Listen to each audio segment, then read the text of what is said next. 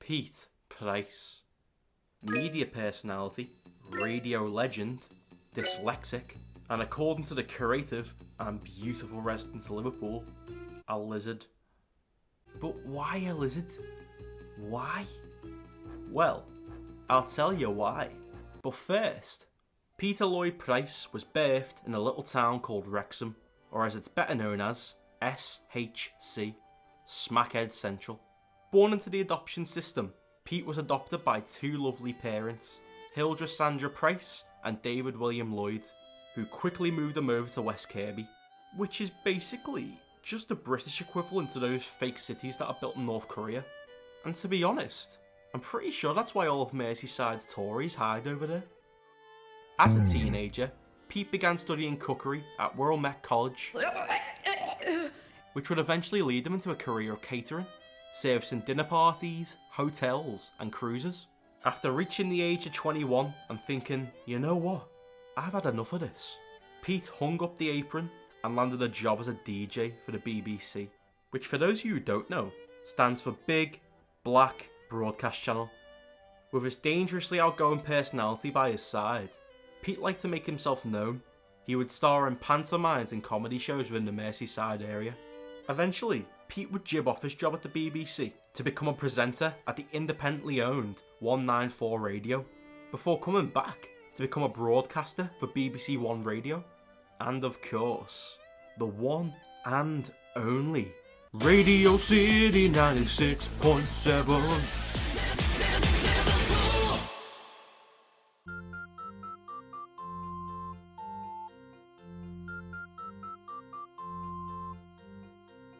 And so, there he is. An honorary Scouser, which is an actual title he holds, by the way. Living life, hosting his own Sunday radio show, on top of having his own Super Lambanana, the Liverpool equivalent of having your face up on Rushmore. Now, with all that said, you might be a bit confused. Hang on, I can't see any lizardry going on around here. So what's all this mad talk about Pete being a lizard about? Well, it all began with the sudden absence of a famous football presenter and conspiracy theorist, David Icke. And from these two job titles alone, you can already tell that he's one thing: British. Nothing sums up a purebred Englishman, especially a northerner, more than a game of footy, a can of Stella, and rubbing shoulders at your local boozer, chatting like, nah mate, the virus is just a way for the government to get us to stay in the house. Don't pay attention to any of that bollocks, it's full of shit. How's our Maureen?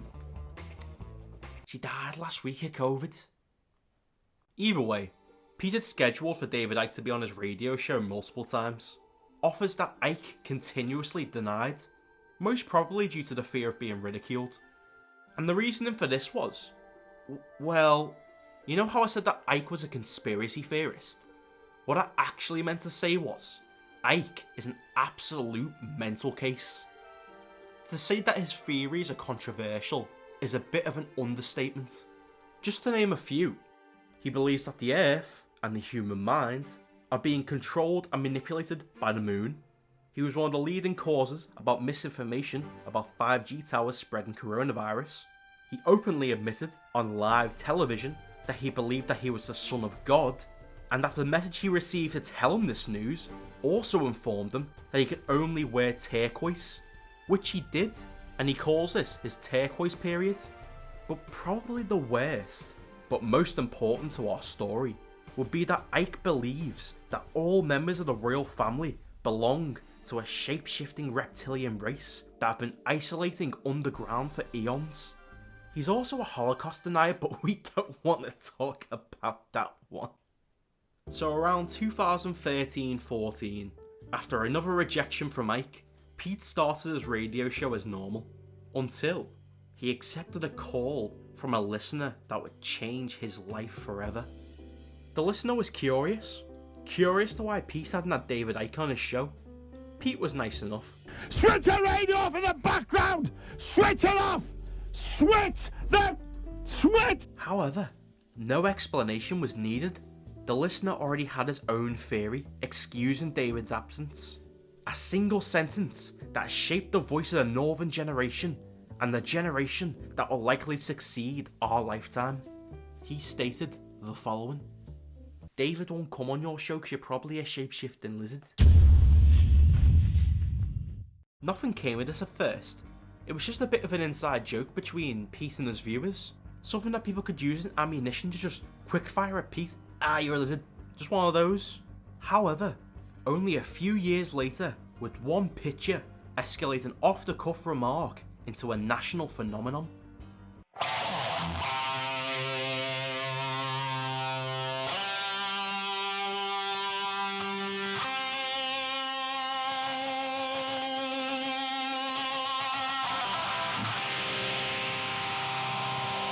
The Hulkster, the Yankomaniac himself, unknowingly calling your nan's favourite radio host a lizard.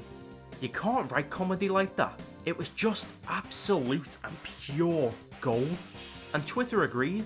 Post after post after post, appearance after appearance after appearance, and Pete wasn't amused.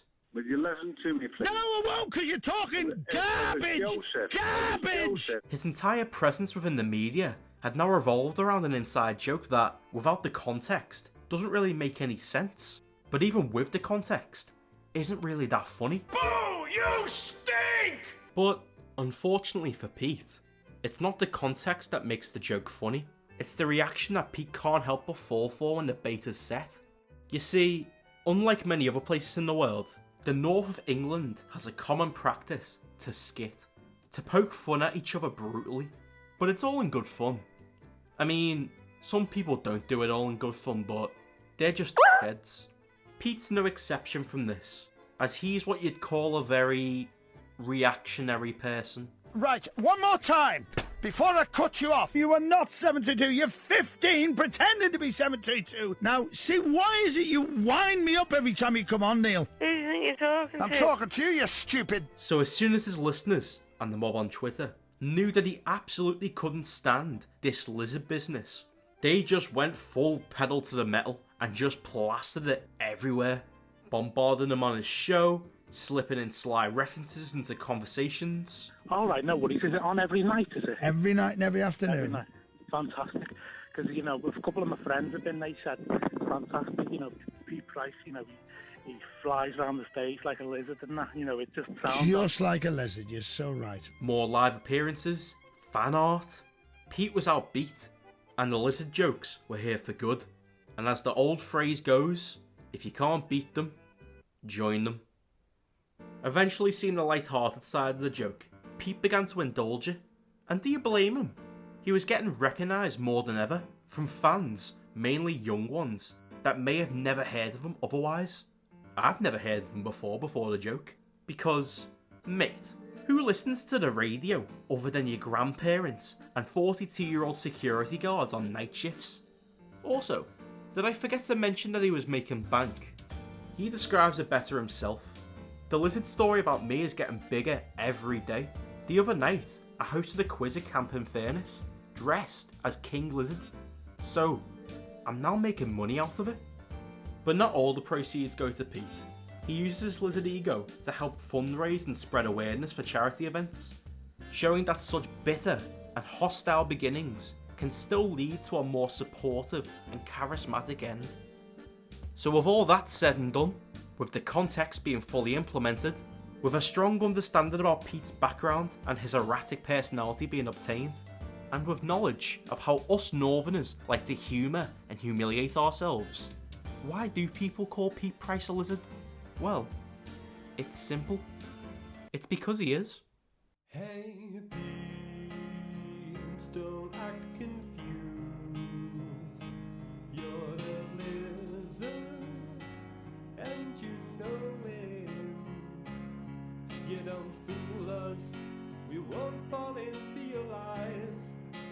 I am not a lizard! I am not a lizard!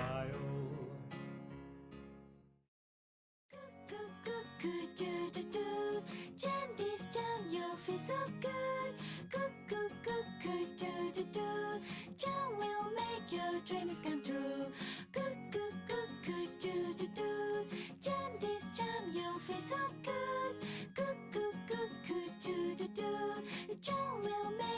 dreams come true. John will make your dreams come true.